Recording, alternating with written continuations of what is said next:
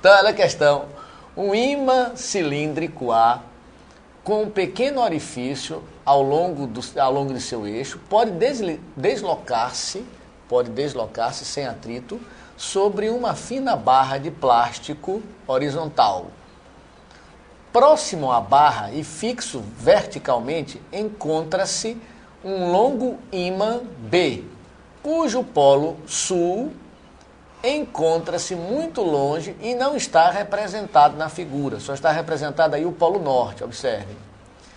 Inicialmente, o ímã A está longe do B e move-se com velocidade V da esquerda para a direita sem atrito, tá? Então, esse ímã A, observe aí na figura, ele tem um eixo longitudinal, tem um furinho e está passando uma barra, a barrinha está por dentro dele. Ele pode, então, deslizar sem atrito nessa barra, sem atrito nenhum, tá bom? Ele vai se deslocando da esquerda para a direita com uma velocidade V, aproximando-se desse ímã vertical. Ímã vertical esse que tem o polo norte aí voltado aí para baixo e o polo sul muito distante, muito distante. Muito bem, então nós temos aí dois ímãs em questão, né? Assim, um deslocando-se horizontalmente na barra com velocidade constante, você olhar com bem cuidado, e outro colocado verticalmente ali com o polo norte voltado para baixo, o ímã B. Aí vamos ver o que ele pede. Desprezando os efeitos dissipativos, o conjunto de todos os gráficos que podem representar a velocidade V do ímã A em função da posição X de seu centro P, olha o centro P lá do ímã, tá? É constituído por... Aí o nosso Luiz Carlos aí entra em cena para explicar. Ok, acompanhe na telinha mesmo, vestibulando. Esse ímã vem se deslocando com a velocidade V, tá certo? Está aqui o polo norte. E ele vinha aqui na sua trajetória normal, só que ele vai passar por um ímã que se encontra aqui na vertical fixo, tá certo? De polo norte.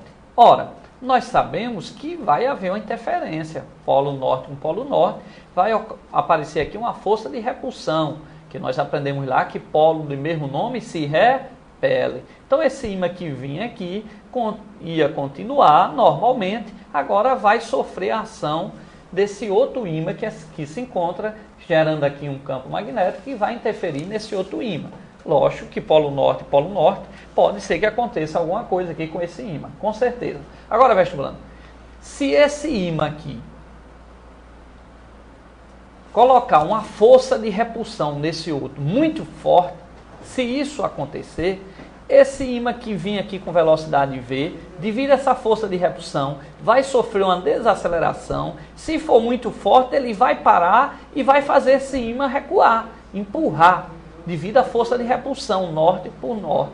Então pode acontecer, professor Wilton, de que esse ímã que aqui se encontra, junto com esse que está se aproximando norte com norte, essa força de repulsão, já que tem o mesmo nome de mesmo polo se repele, né, norte com norte, seja tão grande que provoca uma desaceleração desse ímã, que ele vá diminuindo a sua velocidade, perca a sua inércia de movimento, deixe o movimento e chegue ao repouso, e depois ele continua essa força de repulsão, empurrando, colocando esse ímã de volta. Então observe que esse gráfico 1 aqui representa exatamente a situação em que o ímã vem, vai sofrer uma força de repulsão, vai parar e vai ser repelido, porque é polo norte com polo norte. Então se esse ímã aqui tiver for bastante forte o campo dele, vai fazer com que esse ímã aqui pare e volte sendo repelido, que seria a situação 1. Agora, vestibulando. Inclusive, né, Luiz, é bom lembrar, já que esse ímã vai, então, supondo que ele vai parar, um repouso instantâneo aí, a velocidade dele é zero, mas a força resultante não é zero. Não é zero, né? Então, às vezes o vestibulando diz, se a velocidade é zero, a força também é zero. Não necessariamente, porque ele estaria mudando de sentido. Então, força resultante diferente de zero, aceleração resultante diferente de zero, aí a velocidade zero, instantânea, né, nesse instante, e depois ele passa. Até porque, vestibulando, se fosse zero, ele ficaria parado. Perfeito, né? Okay? E a outra situação é que se esse campo aqui não for tão forte, esse ímã não for tão forte, a gente está usando o termo forte didaticamente, mas nós sabemos aqui, se esse campo magnético aqui, a indução, o campo dele não for com tantas linhas aqui, tão intenso, o que é que vai acontecer? Esse ímã vem no polo norte, quando chega dele aqui, sofre uma certa repulsãozinha, então empurra, mas ele continua o seu movimento. Se esse ímã não for forte o suficiente, ele vai sofrer a ação desse ímã, mas vai continuar o seu movimento. O ímã continua freia a sua inércia. Então o ímã vai frear ele um pouquinho, então observe esse gráfico 3, ó. Ele vem, vai sofrer ação polo norte com polo norte, vai empurrar ele vai frear um pouquinho, ele até repelido um pouco, ele desce um pouco da sua trajetória, tá certo? E depois que se encontra aqui no centro, ponto P, não vai ter mais a ação desse campo, ele volta à sua trajetória normal, e assim que ele passar aqui, aí o norte vai atrair o polo sul. Então ele vai continuar o movimento, mas vai ser atraído. Então observe que ele sobe um pouquinho sendo atraído, mas devido à sua velocidade, à sua inércia, ele continua o movimento e vai. Então tanto o gráfico 1 pode representar isso para um campo muito intenso B, vai parar esse ímã e vai fazer com que ele retorne, como o gráfico 3 pode também ser essa situação. Um campo não tão intenso, a inércia vai prevalecer e esse ímã vai continuar avançando, lógico, sofrendo um pouco a repulsão quando tiver norte com norte, e quando ele passar, sofrendo um pouco a atração, que assim que ele passar, esse polo sul vai estar aqui, vai ser atraído pelo norte, ele se aproxima, mas a sua inércia continua sendo vencida e ele continua o seu movimento. Então teria aí a situação 1 e a situação 3. Professor Hilton, aproveitando ainda na figurinha, que veja que em qualquer que seja a situação, a direção de movimento do ímã não é alterada. Direção, falando assim de maneira bem superficial, direção horizontal, vertical e diagonal. Então a direção do ímã, como ele está preso a essa barra, né? Então a direção dele não muda, ele mantém a mesma direção. O que pode haver ou não é a mudança no sentido do vetor velocidade.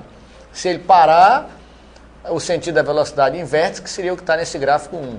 Mas se ele continuar o seu movimento, ao aproximar-se do ímã B, ele reduz o módulo de sua velocidade, perceba, mas continua no mesmo sentido, freia, depois aumenta o módulo de sua velocidade e em seguida reduz novamente, mantendo um valor constante quando estiver numa distância bem grande do ímã B, uma distância muito alta, de tal forma que ele deixe de sofrer ação de força. Aí ele passa a executar um movimento retilíneo e uniforme, uma vez que a resultante das forças externas seria zero. E essa lei da inércia, já que a gente falou aí que o ímã vai para cá, vestibular, já que o ímã continuaria em movimento, a lei da inércia, então, o que é que vai acontecer? A lei da inércia diz que todo o corpo está lá, repousa, a tendência dele é continuar, permanecer em repouso, a não ser que venha uma força e tire. Ou então todo o corpo que está em movimento, se não tiver o atrito, a tendência dele é continuar em movimento. É por isso que as naves espaciais, quando vão, por exemplo, uma viagem à Lua, ela gasta energia muito para vencer a resistência do ar, atmosfera.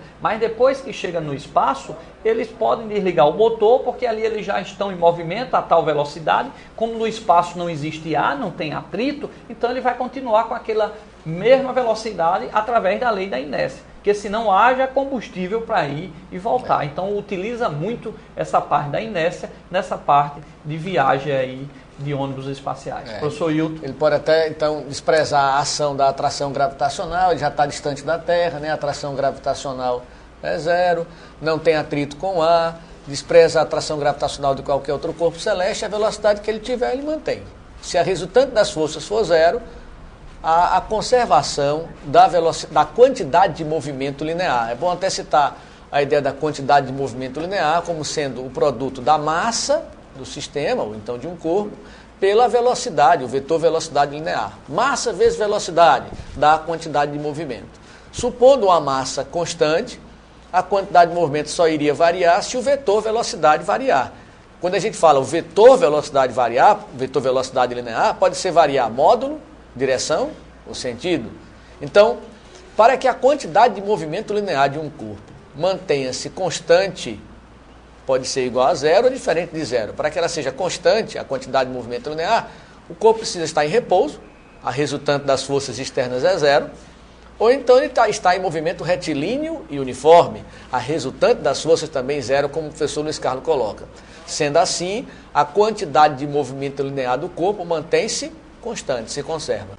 Caso, no caso do nosso ímã aí, caso a resultante das forças externas não seja zero, foi o que aconteceu com o ímã, perceba que houve uma alteração no módulo de sua velocidade.